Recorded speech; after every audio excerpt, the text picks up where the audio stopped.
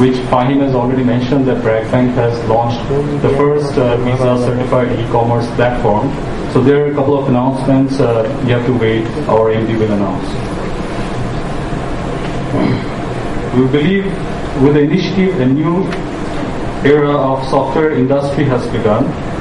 Easy flow of exchange of information and software will improve this sector. With the support and consent of Bangladesh Bank and the firm guidance of Dr. Atiur Rahman, we hope this card will create an example in the country. Once again, I want to congratulate BASIS for taking such an extraordinary step and wishing them a very best of luck. Thank you very much.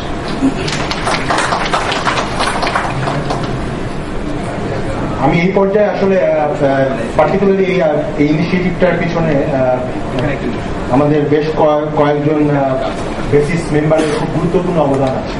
তো আমরা আসলে এটি it has been continuing process যে বেসিসের পক্ষ থেকে বাংলাদেশ ব্যাংকের সাথে regular যোগাযোগ করা, আমাদেরকে পার্সু করা, কনভিন্স করা to allow special facilities for basis member. I would like to actually thank আমাদের ex-Vice President Mr. Shamim Ahsan Khan. Jini ashole he was one of the instrumentals in making this whole thing happen. Let us actually give him a because Shamim along with Bangladesh Banker Deputy Governor Joseph Siddiqui Saheb ওনার প্রতি আমরা খুব কৃতজ্ঞ যে অপারেশনালি এই ব্যাপারটা একটা পর্যায়ে they have played a very important role. Apart from that, our previous Secretary General Mr. Shoaib Ahmed Masood, he has also made a significant contribution Bangladesh Bank সাথে এই বিজনেসের এই পলিসি রেগুলেশনের ব্যাপারে ডকুমেন্ট করার ব্যাপারে। At the same time, we are very grateful to current Vice President of BASIS, Ms. Farhana Rahman. তিনি আসলে বেসিসের এবং ব্র্যাক ব্যাংকের জয়েন্ট প্রোডাক্ট ডেভেলপমেন্টের ব্যাপারে very important. So let us all give them এই পর্যায়ে I am requesting BASIS President Mr. Maud Jaman to say a few words about this conference.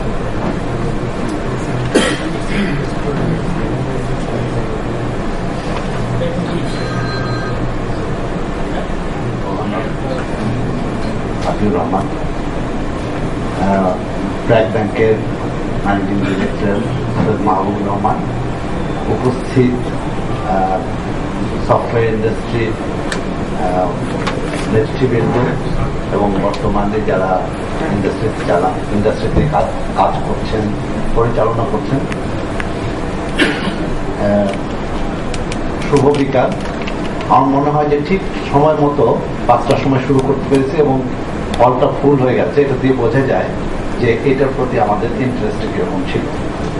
এবং ফাহিম যেভাবে উল্লেখ করেছেন, আমার মনে হয় যে আমরা দীর্ঘদিন যাবতই এই বিষয়টা আলোচনা করে আসছিলাম যে আমাদের অনেক ধরনের প্রয়োজন আছে, কিন্তু প্রয়োজনগুলো বোঝানোটা একটু খুব কঠিন।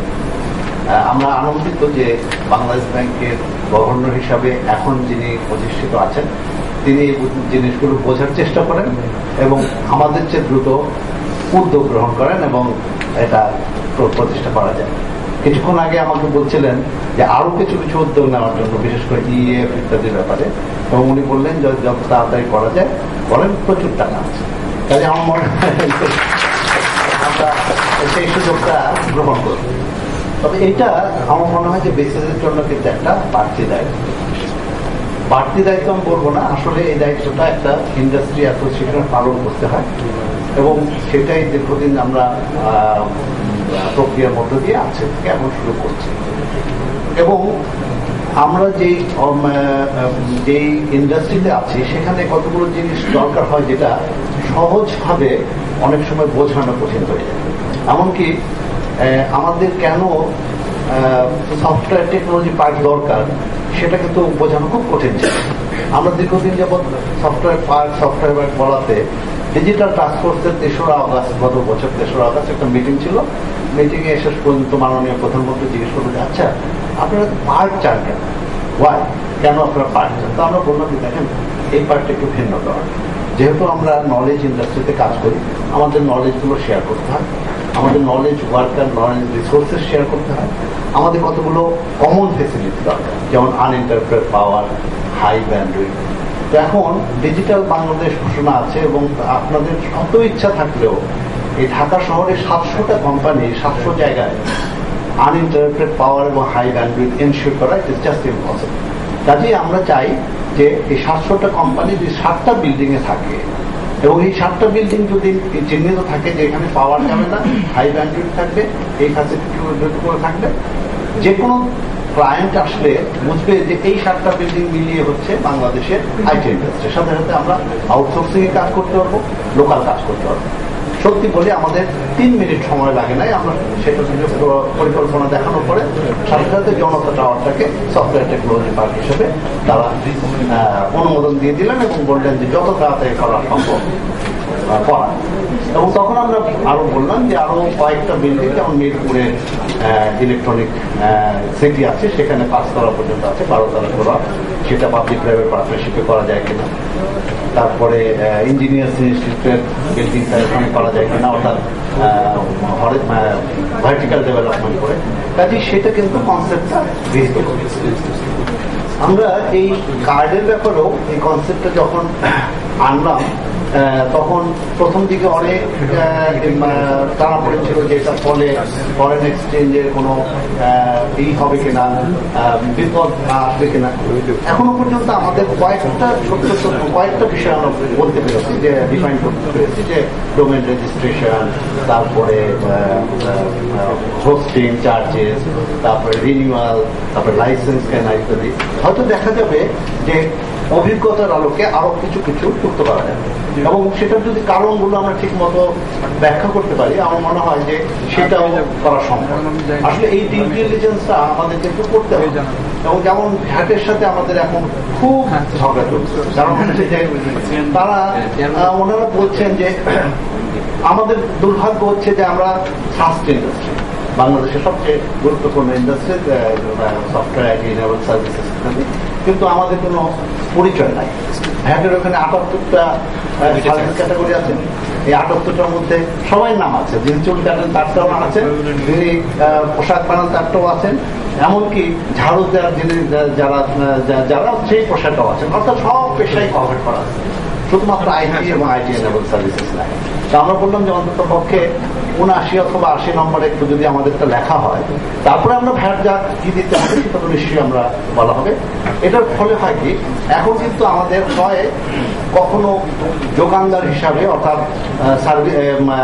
প্রকিউরমেন্ট প্রোভাইডার হিসাবে, যেটা আসলে ঠিক আমাদের কাজ না, অথবা কখনো সরবরাহকারী হিসাবে, কারণ আমরা তো ভ্যাট দিতে চাই, কখনো কনসালটেন্ট হিসাবে। কাজে আমাদের কোনো আত্মপরিচয় নেই, কাজে ইন সার্চ অফ আইডেন্টিটি। কাজে সেটা নিয়ে আমরা অনেক দিন দরবার করেছি, সেখানে অবশ্য আতিউর রহমান নাই, কাজে একটু সময় লাগছে।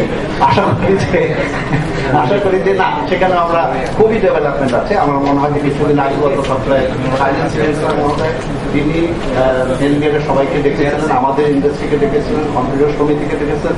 অন্তপক্ষে আমরা কম্পিউটার সমিতি, আইএসটিএবি, বাকো, অ্যামটক সবাই মিলে আইটি পরিবারটা গড়ে তোলার চেষ্টা করছি।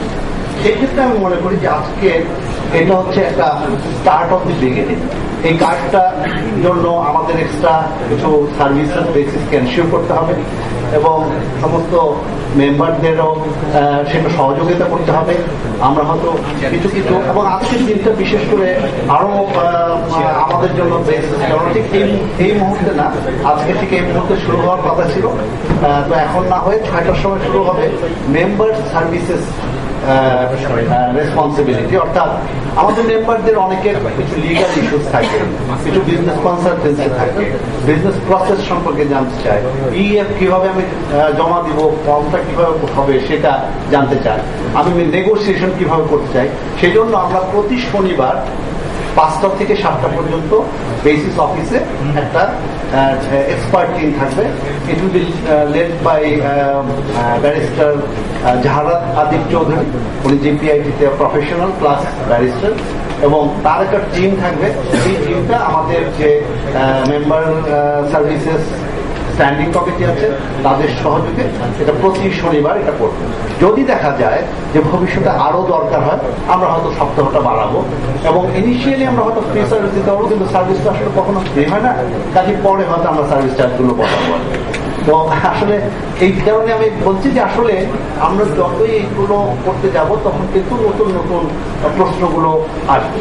যেমন এগুলোর ফলে কিন্তু আসলে দেখা যাচ্ছে যে এখন আন্তর্জাতিকভাবে দেশে কিন্তু স্থানীয়ভাবে সফটওয়্যারে এবং আইটি এনাবেল সার্ভিসেসের বাজার বৃদ্ধি পেয়েছে। আপনারা জানেন যে ডিজিটাল বাংলাদেশের কারণে মানুষের মধ্যে আগ্রহ প্লাস এফিসিয়েন্সি বাড়াচ্ছে, পাবলিক প্রাইভেট পার্টনারশিপ